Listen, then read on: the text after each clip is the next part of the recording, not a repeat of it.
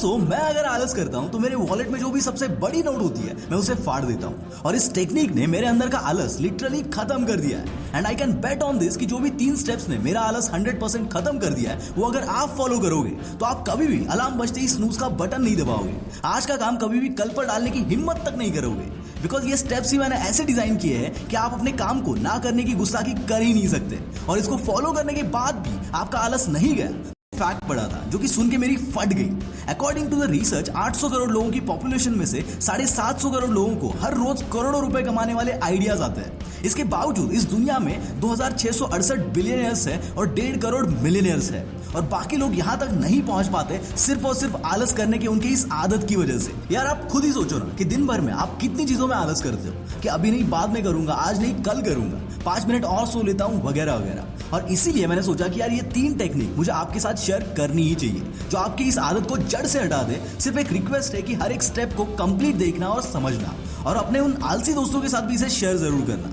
और एक बात, इन स्टेप्स को मैंने बहुत सोच समझ कर डिजाइन किया है, इसलिए पहली स्टेप को समझने के बाद ही दूसरी और तीसरी स्टेप्स देखना। Number 1, create a priority list prior 1 day.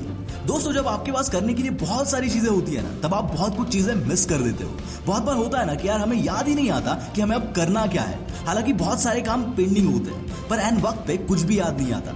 इसके लिए मैं पहले फॉलो करता था कि सुबह उठने के बाद सबसे पहले टू डू लिस्ट बनाओ और दिन की शुरुआत करो, पर उससे दिक्कत ये हो जाती थी कि मॉर्निंग का सबसे ज्यादा प्रोडक्टिव टाइम मेरा टास्क नोट डाउन करने में ही चला जाता था।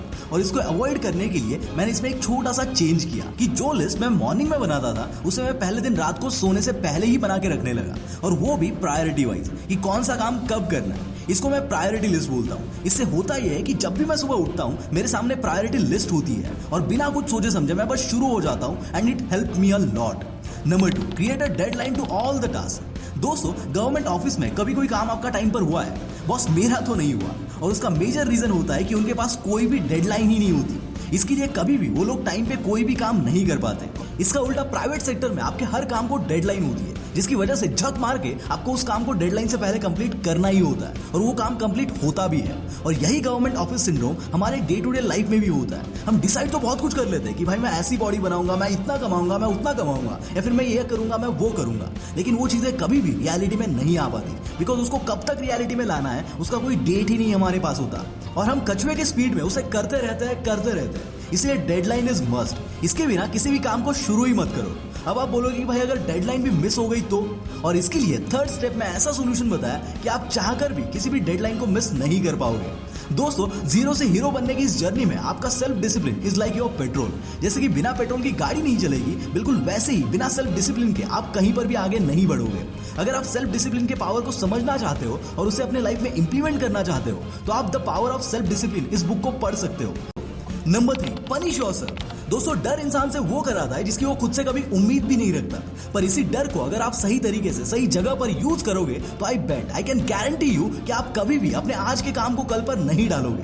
मैं अगर डेडलाइन फॉलो नहीं कर पाता हूं तो मैं खुद को पनिश करने के लिए कुछ वियर्ड टेक्निक्स यूज करता हूं और आप भी इसे यूज कर सकते हो। मैं जब भी किसी डेडलाइन को फॉलो नहीं कर पाता हूं तो मेरे वॉलेट में जो भी सबसे बड़ी नोट होती है मैं उसे फाड़ देता हूं। पैसे की इज्जत है बॉस, इसलिए उसे फाड़ने के बाद जो दर्द होता है ना उसे अवॉइड करने के लिए मैं झक मार के सारे टास्क टाइम पर खत्म करता हूं और मैं इसे 1 साल से फॉलो कर रहा हूं, इसलिए अब मेरी आदत बन चुकी है। इससे पहले और भी कुछ पनिशमेंट्स मैंने ट्राई किए थे, जैसे कि 1 हफ्ते के लिए मेरी फेवरेट डिश नहीं खाना, 1 हफ्ते के लिए इंस्टाग्राम यूज नहीं करना वगैरह वगैरह, पर मैं इन सबको ज्यादा दिन तक कंटिन्यू नहीं कर पाया। इसलिए मैंने इंस्टेंट पनिशमेंट के बारे में सोचा जो कि तुरंत हो जाए पर उसका असर लॉन्ग टर्म के लिए रहे, और तब मैंने इन्वेंट किया वॉलेट में से सबसे बड़ी नोट को फाड़ना।